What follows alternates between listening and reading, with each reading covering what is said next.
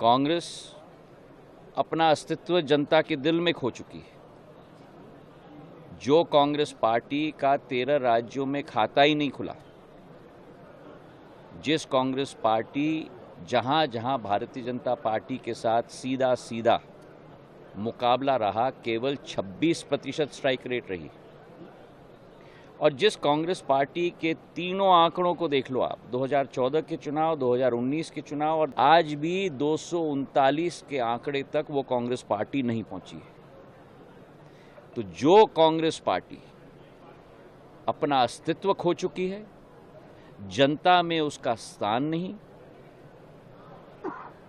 अपने आप धरातल से हटकर बयान करती है, सनातन धर्म को गाली देने का काम करती है, देश की जनता ने ये स्पष्ट रूप से बता दिया है कि उनका जगह कहाँ है और अपने गिरेबान में झांककर अपना अस्तित्व को पहचान कर तभी अपना वक्तव्य वो कांग्रेस पार्टी।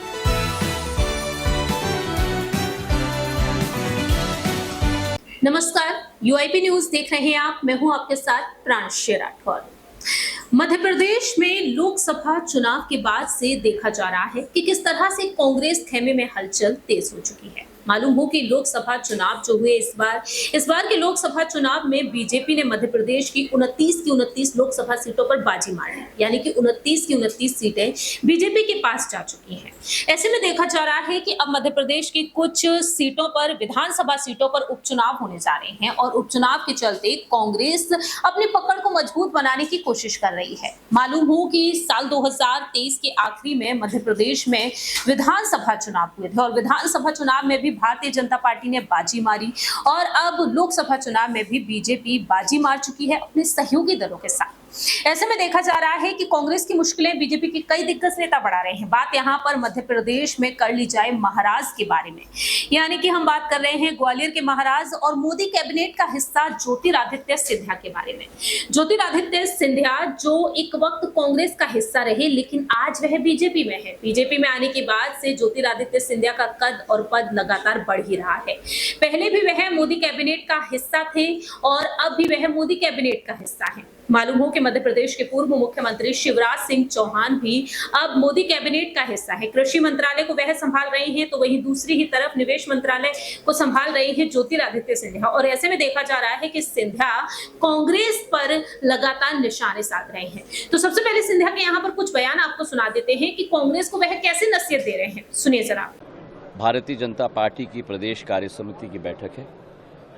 हम सबका सौभाग्य है कि आज इस कार्य समिति में प्रदेश के हर कोने, ग्वालियर, चंबल और टीकमगढ़ और बुंदेलखंड से लेकर निमाड़ तक, मालवा से लेकर विंध्य और रीवांचल और जबलपुर संभाग तक एक एक कार्यकर्ता इस कार्य समिति की बैठक में उपस्थित है। मध्य प्रदेश में रिकॉर्ड जीत विधानसभा के बाद और एक नया कीर्तिमान लोकसभा के चुनाव में 29 में से 29 सीट मध्य प्रदेश में भारतीय जनता पार्टी के झोली में प्रदेश की जनता ने दी है। इन दोनों कीर्तिमानों के बाद ये कार्य समिति की बैठक आयोजित की जा रही है। इस पहली बात, हम प्रदेश की जनता को धन्यवाद अर्पित करना चाहते हैं और उसी के साथ साथ प्रधानमंत्री जी के नेतृत्व में तीसरी बार भारतीय जनता पार्टी की सरकार जो आज भारत में बनी है, एक नया कीर्तिमान स्थापित किया है। 75 वर्ष के इतिहास में पहली बार सफलतापूर्वक किसी एक पार्टी ने तीसरी बार एक ऐसे व्यक्तित्व के धनी प्रधानमंत्री नरेंद्र मोदी जी के हाथों में देश की कमान दी है, जिसके आधार पर देश को विश्व पटल पर एक नक्षत्र की तरह उभारने का कार्य प्रधानमंत्री जी कर रहे हैं। उनके नेतृत्व में हम सब भारतीय जनता पार्टी के कार्यकर्ता के रूप में कार्य कर रहे हैं। लगन के साथ, तन मन के साथ, शरीर की एक एक पसीने के बूंद के साथ इस भारत माता को 2047 तक विश्व के नेतृत्व करने वाली देश में परिवर्तित करने का प्रधानमंत्री जी के संकल्प को हम साकार करेंगे। जहां तक कांग्रेस की बात है, कांग्रेस अपना अस्तित्व जनता के दिल में खो चुकी है। जो कांग्रेस पार्टी का 13 राज्यों में खाता ही नहीं खुला, जिस कांग्रेस पार्टी जहां जहां भारतीय जनता पार्टी के साथ सीधा सीधा मुकाबला रहा, केवल 26% स्ट्राइक रेट रही। और जिस कांग्रेस पार्टी के तीनों आंकड़ों को देख लो आप, 2014 के चुनाव, 2019 के चुनाव और 2024 के चुनाव, और उन तीनों सीट के आंकड़ों को अगर 3 चुनाव मतलब 15 साल के चुनाव के भी आप आंकड़ों को जोड़ लो, आज भी 239 के आंकड़े तक वो कांग्रेस पार्टी नहीं पहुंची है। तो जो कांग्रेस पार्टी अपना अस्तित्व खो चुकी है, जनता में उसका स्थान नहीं, अपने आप धरातल से हटकर बयान करती है, सनातन धर्म को गाली देने का काम करती है, देश की जनता ने ये स्पष्ट रूप से बता दिया है कि उनका जगह कहाँ है, और अपने गिरेबान में झांककर अपना अस्तित्व को पहचान कर तभी अपना वक्तव्य वो कांग्रेस पार्टी दे। वो कांग्रेस पार्टी जो बड़ी बड़ी बातें करती थी, देश को बांटने का काम करती थी, सेना को नीचे दिखाने का काम करती थी, ओसामा को ओसामा जी करके बुलाती थी, पाकिस्तान की बात करती थी, उस कांग्रेस पार्टी को अपना जगह बताने का कार्य देश की जनता ने कर दिया।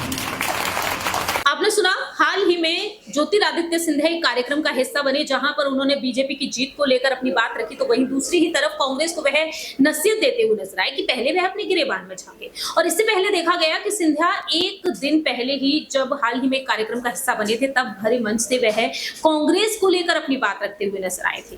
तो इस तरह से देखा जाए, सिंधिया लगातार कांग्रेस की मुश्किलों को बढ़ा रही है। ये बात आप बखूबी जानते हैं कि कांग्रेस में जब ज्योतिरादित्य सिंधिया रहे तो वह मुख्यमंत्री पद को लेकर काफी ज्यादा सुर्खियों में रही। ये कहा जा रहा था कि सिंधिया जो है मुख्यमंत्री बनना चाहते हैं, लेकिन देखा गया कि कमलनाथ को ये पद दे दिया गया था और इस वक्त सत्ता में कांग्रेस की सरकार रही थी। लेकिन 2020 में जिस तरह से ज्योतिरादित्य सिंधिया ने बाजी पलट दी, अपने 20 से 21 विधायकों के साथ वह बीजेपी में शामिल हो गए और बीजेपी में देखा गया कि शिवराज सिंह चौहान की कैबिनेट का हिस्सा सिंधिया के कई विधायकों को बना दिया गया।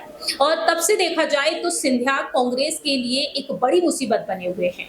मालूम हो कि ज्योतिरादित्य सिंधिया जब बीजेपी में आए तो उन्हें कई बड़े पदों से नवाजे जाने की कोशिश की गई और ऐसे में देखा गया कि सिंधिया की वजह से कई बार मुश्किलें बढ़ती हुई नजर आई बीजेपी के नेताओं की।